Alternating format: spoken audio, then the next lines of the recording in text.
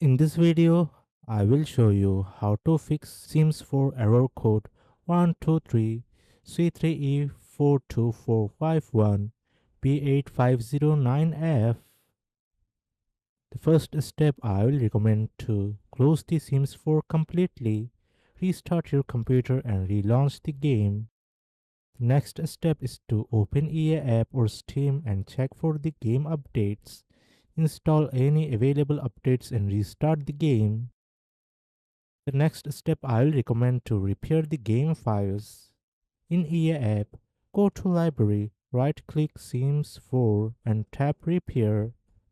In Steam, go to library, right click the game and tap properties, local files, then click verify integrity of game files. If it also doesn't work, navigate to documents, then electronic arts, then Sims 4, then mods on your computer. Move all files to different location and relaunch the game.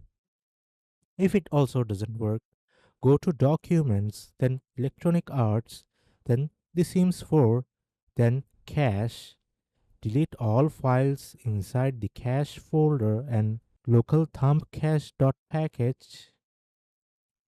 If the issue persists, uninstall the Sims 4 and reinstall it through the EA app or Steam.